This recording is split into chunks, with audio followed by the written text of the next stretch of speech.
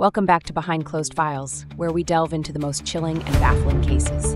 If you love to read, please visit www.behindclosedfiles.com. The Sarah Everard Case. On the evening of March 3, 2021, Sarah Everard, a 33-year-old marketing executive, left her friend's house in Clapham, South London. It was around 9 p.m., and she was heading home, a journey she had taken many times before. Sarah chose a familiar route, one she believed was safe. She spoke with her boyfriend on the phone during her walk, planning their next meeting.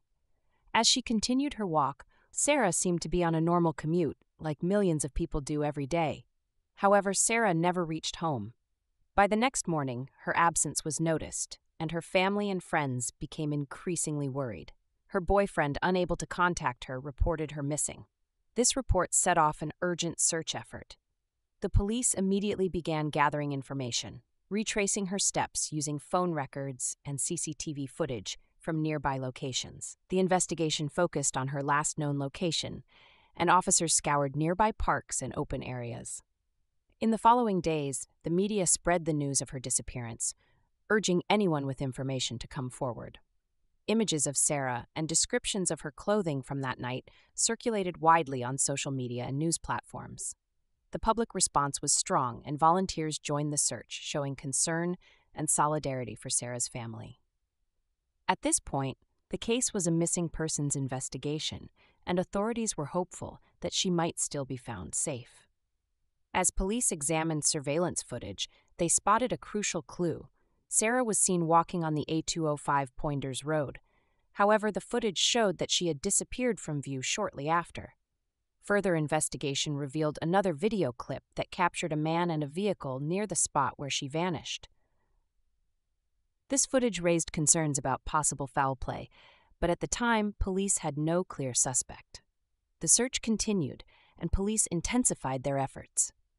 The area where Sarah was last seen became the focal point of their investigation. Officers conducted house-to-house inquiries, hoping to find witnesses or security camera footage that could shed light on her movements. Helicopters, sniffer dogs, and ground teams were deployed, demonstrating the urgency and seriousness of the case. Despite the massive search operation, days passed without any sign of Sarah.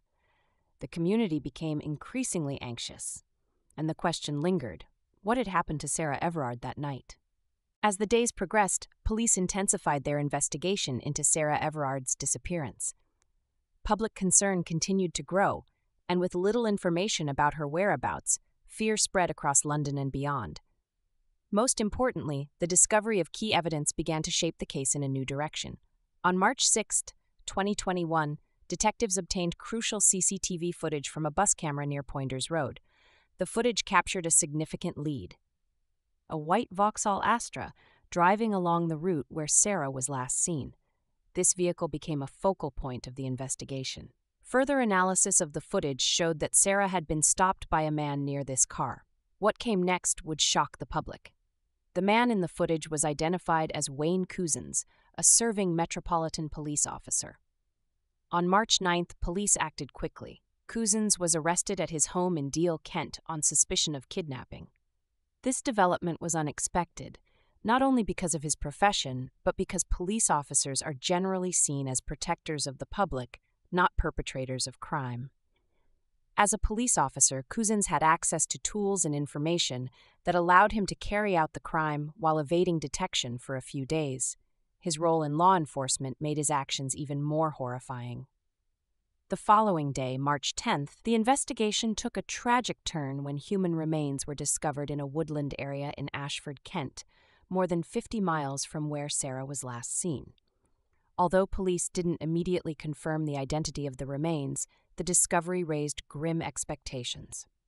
By March 12th, forensic analysis confirmed what many feared: the body was that of Sarah Everard. With Sarah's murder confirmed, the police shifted their focus to gathering more evidence and uncovering the full timeline of events.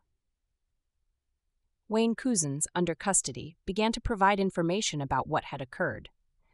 Police investigations revealed that he had rented a car the evening Sarah disappeared, a detail that matched the vehicle seen in the CCTV footage. Cousins had used his status as a police officer to falsely arrest Sarah, citing a breach of COVID-19 lockdown regulations, before abducting her.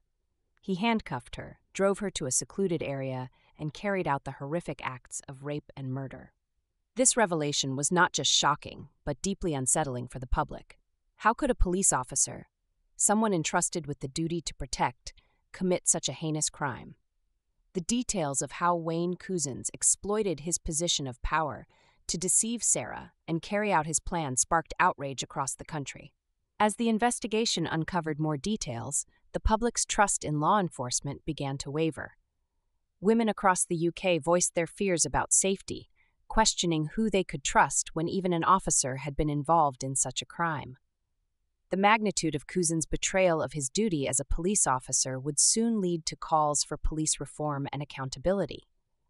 But before any changes could take shape, the legal case against Cousins moved forward swiftly. Following the confirmation of Sarah Everard's murder, Wayne Cousins faced formal charges. The legal process moved quickly, as the evidence against him was compelling. On March 13, 2021, he was charged with kidnapping and murder. The authorities emphasized the gravity of the crime and Cousins' abuse of his position as a police officer. Given the nature of the evidence, including CCTV footage, witness accounts, and forensic findings, prosecutors built a strong case against him. On June 8, 2021, Cousins pleaded guilty to the charges of kidnapping and rape. By July 9th, he also admitted to the murder of Sarah Everard. His guilty pleas meant that there would be no trial, as he accepted full responsibility for his crimes. This decision spared Sarah's family the distress of a lengthy court process, but the details that emerged during his confession were disturbing. Cousins had planned the crime in advance, using his knowledge and authority as a police officer to deceive and control Sarah. He even staged the arrest, complete with handcuffs, to make the situation appear legitimate. The public reacted with anger and disbelief as the facts of the case were revealed. Wayne Cousins had used his position of power to exploit and harm a member of the public, an act that felt like the ultimate betrayal. The revelations prompted widespread discussions about police conduct, trust, and the safety of women. On September 30, 2021, the sentencing took place at the Old Bailey. The judge, Lord Justice Fulford, delivered a powerful statement before issuing Cousins' punishment. He described the crime as devastating, tragic, and wholly brutal. Fulford emphasized the premeditated nature of the act, highlighting how Cousins had gone to extreme lengths to carry out his plan, including renting a car, obtaining police equipment, and scouting locations. In his ruling, Lord Justice Fulford acknowledged the breach of trust that had taken place.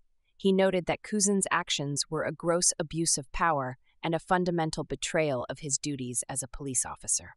As a result, he imposed a whole-life sentence on Wayne Cousins, meaning he would never be eligible for parole. The judge's decision aimed to reflect the severity of the crime and the betrayal it represented to the public. The whole-life sentence was met with approval from many members of the public who felt it was a necessary step to hold Cousins accountable. However, the case also raised significant concerns about the systemic issues within the police force. Women's safety became a major topic of discussion, and the Metropolitan Police faced intense scrutiny over how they could prevent similar incidents from happening in the future. The sentencing marked the end of the legal process for Cousins, but it did not close the chapter for those seeking broader justice.